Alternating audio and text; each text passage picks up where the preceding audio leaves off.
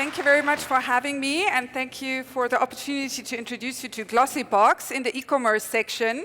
While actually I will tell you that I see GlossyBox rather than creating an experience and selling parts of it than selling products like a traditional e-commerce company. So what is GlossyBox about? It is about discovering beauty products. And if you think about how that has been done in the past, or how you would as a brand, for example, get your products to your customer, this would be through classical advertising and specifically magazines and bringing your brand and your product out there and then distributing through retail, classical retail. So what has GlossyBox added to the mix as we see in the digital space, the changing consumer behavior and also how to bring products to your customer? So the core product that probably most of you know or think about when you think about GlossyBox is actually a monthly subscription where we curate a very premium box and curate 5 products in there of known brands, new brands, known products, and discovery products, and have them delivered to our subscribers, which creates to the subscribers what they describe as the Christmas moment every month, and really this treat they treat themselves with or they get as a present. And this is actually a quite significant revenue stream we create from our customers and our subscribers on a monthly basis. But if you look at what experience we're actually creating or what we're doing to create that perfect beauty product discovery experience, it's actually much more than that, and it's also what makes us so attractive for brands. Because you look in the middle, what you have with our box and the experience we create is a natural storytelling around beauty product and beauty discovery every month. And so starting from sneak peeks around what will be in the next box to unveiling what the box will be like, then the unboxing moments which you can find a lot on YouTube and with video, to reviews, and actually leading into tutorials on how to use certain products. That creates a storyline on a monthly basis and content around beauty product discovery, and also a community around how to use and discover products in the beauty space. So our reach is actually much higher than what you see in our subscription base. And this is obviously all the channels that consumers and beauty lovers actually use more and more today, and which you all know, which is Facebook, Instagram specifically, but Snapchat increasingly.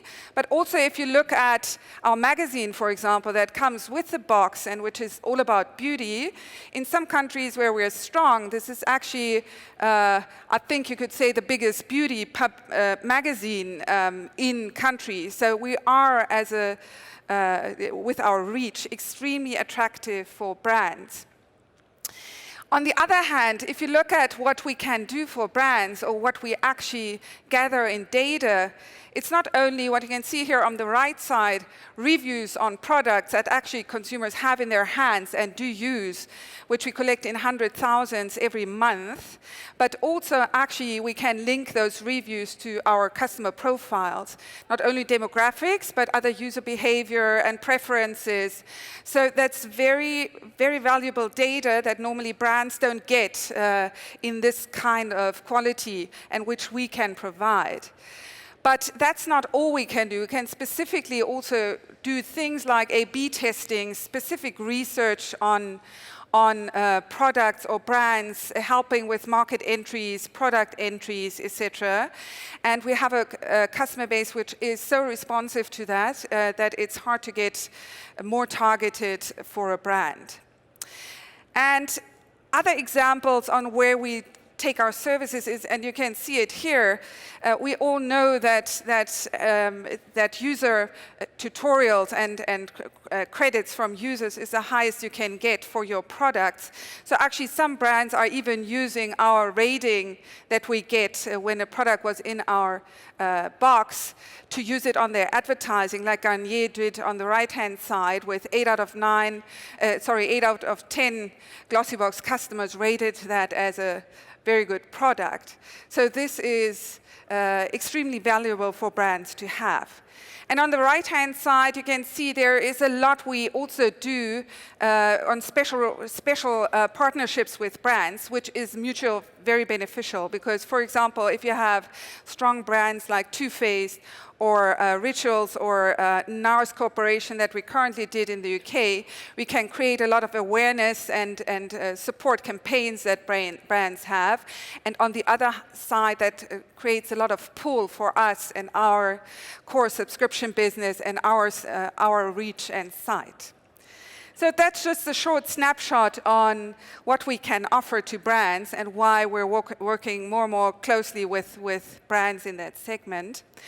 To give you an idea on how we have grown, and this is obviously play in a huge global cosmetic market that is growing and still growing and has an under-average online share.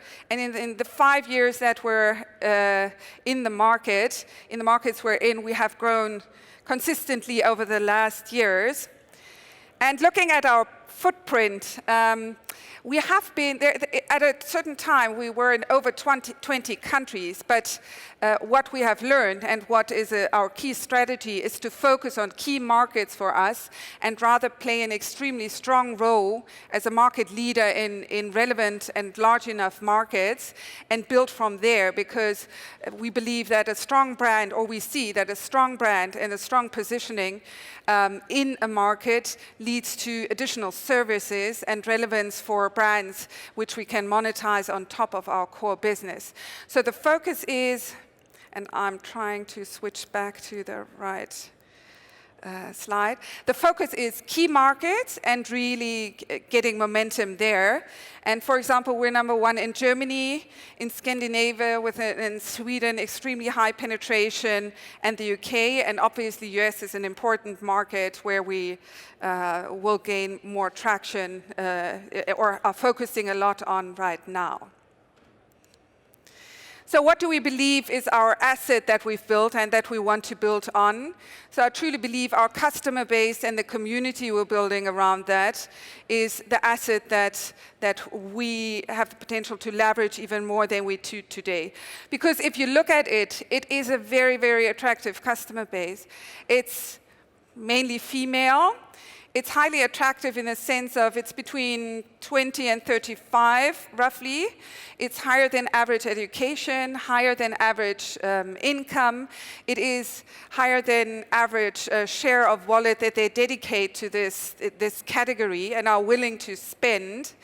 And on the other hand, with what we offer, the experience we offer, and the content that we offer, it's a highly engaged customer base. And not only is it a long customer life cycle for our customers we have in our subscription, which actually gives us a lot of touch points of a long series of months where we are very engaged with the customer. And not only that, but we have a very high satisfaction rate. Even if people choose to leave the subscription for several reasons, we see a very high reactivation rate at a certain point. And as I said, the engagement we see with giving reviews on products, being responsive to research and receptive to any other content we provide is a huge asset that we have built in our customer base. So how do we see GlossyBox going forward? As I said, we're focusing on key markets where we want to build on our strength. Currently, you could see that we're in the product life cycle where a lot of what we do is focused on the marketing and communication part of the cycle. But what we do more and more, and services that are asked from us, are actually moving more into the product development and even production cycle, helping with A/B testing, market research, etc. and on the other hand, pushing more into sales and distribution and getting into more closer cooperations in that space. But it also means looking at white label products and leveraging the brand and the reach that we have with very attractive product category, while not ourselves being in retail, but being part of the life cycle in other very attractive parts of the value chain. So this is where I see us moving to. To wrap it up, actually, I wanted to highlight with some pictures that actually the Glossy Moments is not only purely an online experience and online community, but there are so many touch points where we actually bring offline and online together. And this really creates those moments where our community is very engaged with us as a brand and with the products and brands that we're working with.